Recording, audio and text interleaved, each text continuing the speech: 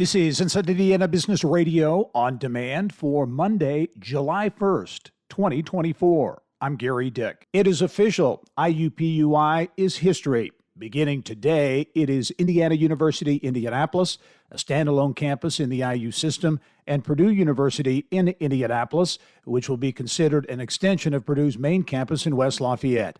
IU President Pam Whitten and Purdue President Meng Chang. We are ready to roll. Indiana University has a tremendous legacy. Certainly, we have our flagship campus in Bloomington that will always remain our flagship with great work going on.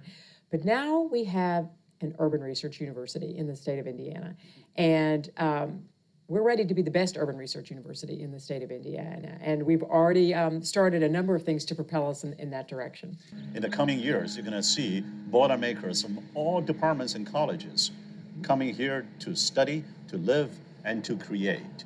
And it's going to be throughout the city of Indianapolis, including 7 locations we're starting with and many more locations to come. Earlham College on Friday announced it has raised $118 million in its For Good, the campaign for Earlham College, marking what it says is the most successful fundraising effort in the college's 177-year history. Earlham says it launched the campaign to support initiatives to bolster student recruitment and retention on the Richmond campus. Over the past decade, Fort Wayne has seen more than $1 billion of investment in its downtown, and that investment is growing.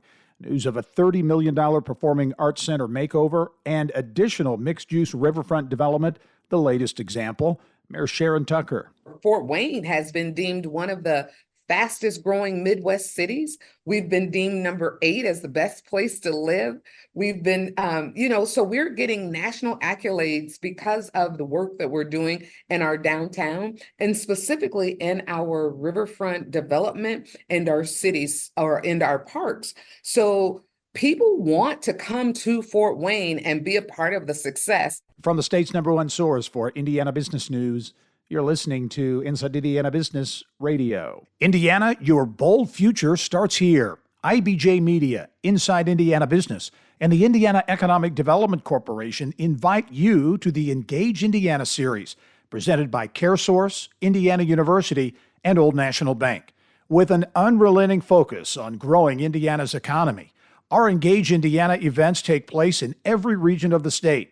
Discover when we'll be in your area at ibj.com/engage. Indiana's Distressed Unit Appeal Board has unanimously approved a resolution to dissolve state oversight of the Gary Community School Corporation. This marks the end of the district's 7-year designation as a distressed political subdivision.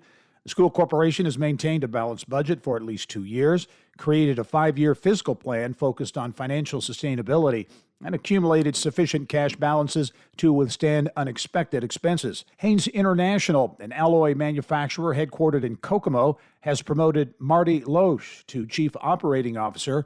The company says Loesch will take on all commercial and operational activities for Haynes in a newly created position. A group of students from Signature School in Evansville took the top prize in this year's Innovate Within Pitch Competition state finals. Held at Butler University's Schrott Center for the Arts, 10 teams from high schools around the state competed for thousands of dollars in funding and scholarships. The finalists, who each won regional competitions around the state, took part in a 6-week boot camp to refine their business ideas with assistance from industry experts. This is Gary Dick for Inside Indiana Business Radio on Demand.